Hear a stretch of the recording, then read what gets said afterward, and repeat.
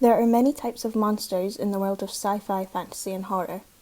Some monsters are portrayed as grotesque, inhuman beings with scales and fangs. Others are extraterrestrial, slimy aliens. Some are metallic cyborgs. Some monsters are the invention of troubled minds. And some monsters manifest as ghosts of spirits with unfinished business. Some monsters are rebirthed as blood-sucking vampires.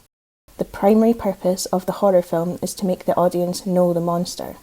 These malevolent beings all appear to have in common the desire to haunt, scare, and cause chaos and disruption.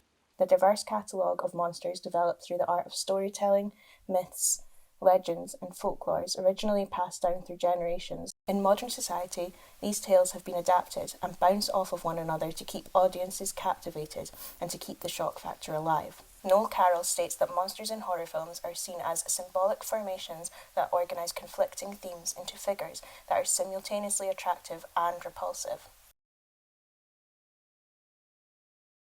One of the most well-known classic monsters comes from Mary Shelley's Frankenstein.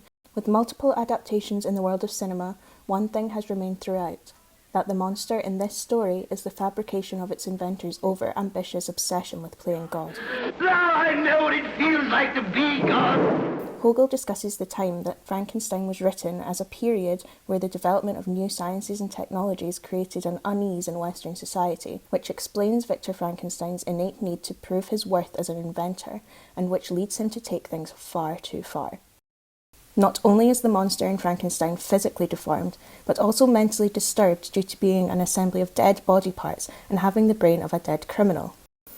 Noel Carroll discusses the inception of Frankenstein's creature as being a parody of birth. This can be extended into the idea that the creature is childlike and has underdeveloped cognitive skills, shown by the creature being unable to identify the difference between a little girl and a flower. Cherry also discusses the comparison of the mob chase scene in Frankenstein with the lynch mobs which occurred in America in the early half of the 20th century. She states that in the chase scene, the townsfolk can be seen to resemble the dress, poses and actions of lynchings of freed slaves in the aftermath of the American Civil War, and raises us to question whether the creature in Frankenstein is comparable to the representation of racial differences within society, particularly that of the African American man.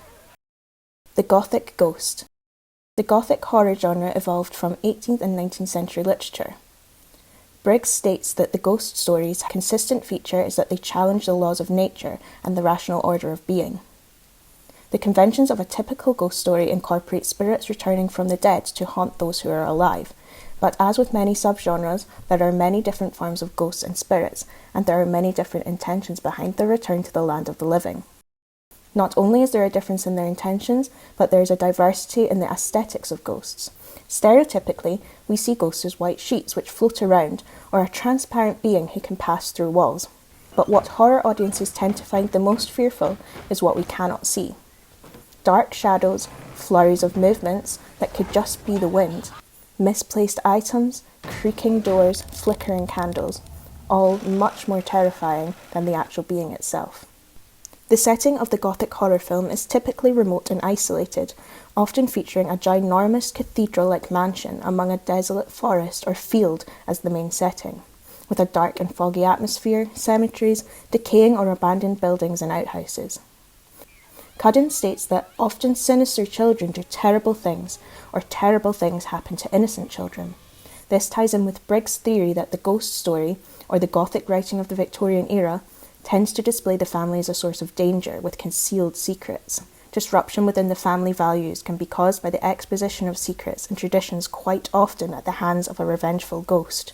When looking at the existence of Frankenstein's monster, there is the essence of birth and innocence, but also death and disruption. The creature comes into existence because of waste products and decay, but still possesses an essence of innocence because he did not ask to be created and has not been nurtured and taught in the way a child should be. As mentioned before, in ghost stories we see the disruption and breakdown of family, usually at the hands of the monster. From the beginning, Henry Frankenstein's behaviour is slightly erratic, and this causes feuds within his family. The monster causes chaos by killing a young girl and by breaking into the Frankenstein's home. It is also important to note that horror is a genre which will keep being adapted, remade and reimagined. as horror is an epic money-making genre of cinema and profits extremely well off of people's desire to feel fear.